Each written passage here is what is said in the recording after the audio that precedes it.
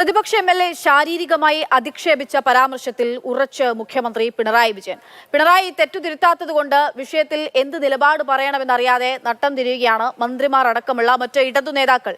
തള്ളാനും കൊള്ളാനും പറ്റാത്ത അവസ്ഥയാണുള്ളത്. ഭിന്നശേഷിക്കാരെ അധിക്ഷേപിച്ചതിൽ മാപ്പു പറയാനില്ല എന്നുള്ളതാണ് പി ചിത്തരഞ്ജന്റെയും മറുപടി. എട്ടുമുക്കാലെന്ന് പറയുന്നത് ഒരു നാടൻ പ്രയോഗമാണ്. ഈ എട്ടുമുക്കാൽ അട്ടി വെച്ച് അത്രയും ഞാൻ എന്താ അർത്ഥം? അതൊരു കാറ്റ് വന്നാൽ തന്നെ വീണുപോകും. ശാരീരികമായി ഒരാളെ അധിക്ഷേപിച്ചതിൽ മുഖ്യമന്ത്രിക്ക് തെറ്റൊന്നും തോന്നുന്നില്ല എന്ന് മാത്രമല്ല, ഇന്നും MLA പരിഹസിച്ചു.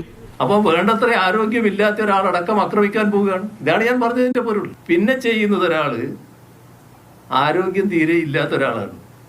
അയാളാണ് ഈ പറഞ്ഞ ഒരു ഊതിയാൽ വീണുപോകുന്നയാളാണ്. അവർക്ക് പറയാമെങ്കിൽ ഞങ്ങൾക്കും പറയാമെന്നുള്ള നിലപാടാണ് പാർലമെന്ററി കാര്യ വകുപ്പ് മന്ത്രിക്ക്. ഇടതു നേതാക്കൾ എന്തെങ്കിലും പറയുമ്പോൾ മാത്രമേ ചോദ്യം ഉണ്ടാകുന്നുള്ളൂ എന്നും മന്ത്രിക്ക് പരാതി. ഇപ്പൊ അങ്ങനെ ഒരു സൗകര്യമുണ്ട്. ബാക്കിയുള്ളവർക്ക് എന്തും പറയാം, എങ്ങനെയും പെരുമാറാം.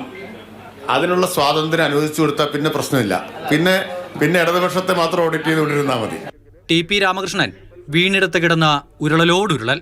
അധിക്ഷേപിക്കാൻ പാടില്ല. ഏത്? ഞാനത് കേട്ടിട്ടില്ല എന്ന് പറഞ്ഞില്ലേ? നിങ്ങൾ ചോദ്യം ഉത്തരവ് നിങ്ങൾ തന്നെ പറയുന്നത്. ഒരല്പമെങ്കിലും ആർജവമുള്ള നിലപാട് പറഞ്ഞത് സാമൂഹ്യനീതി വകുപ്പ് മന്ത്രി R ബിന്ദു മാത്രം. പക്ഷേ മുഖ്യമന്ത്രിയെ തള്ളി പറയാൻ ബിന്ദുവും തയ്യാറായില്ല. ഞാനൊരിക്കലും അങ്ങനെ നടത്താറില്ല. നടത്താൻ പാടുള്ളതല്ല എന്ന് തന്നെയാണ് എൻ്റെ അഭിപ്രായം. മുഖ്യമന്ത്രിയല്ലേ പറഞ്ഞത്, അത് അദ്ദേഹത്തോട് നേരിട്ട് ചോദിക്കൂ.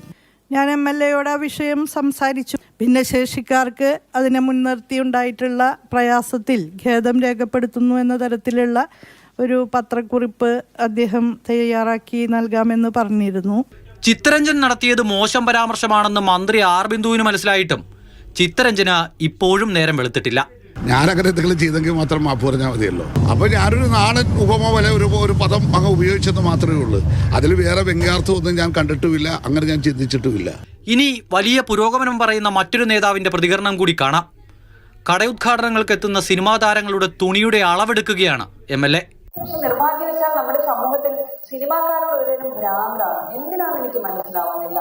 കട ഉദ്ഘാടനത്തിന് സിനിമാ താരങ്ങൾ, അത് ഉടുപ്പിടാത്ത സിനിമാ താരങ്ങളെ കൊണ്ടുവരുന്ന ഒരു പുതിയ സംസ്കാരം കേരളത്തിൽ എന്തിനാണ്? ഞങ്ങൾ പൊളിറ്റിക്കൽ കറക്റ്റ്നെസിന്റെ പരിധിയിൽപ്പെടുന്ന ആളുകളല്ല എന്ന് ഇവരൊക്കെ തീരുമാനിച്ചാൽ പിന്നെ എന്ത് ചെയ്യാനാകും?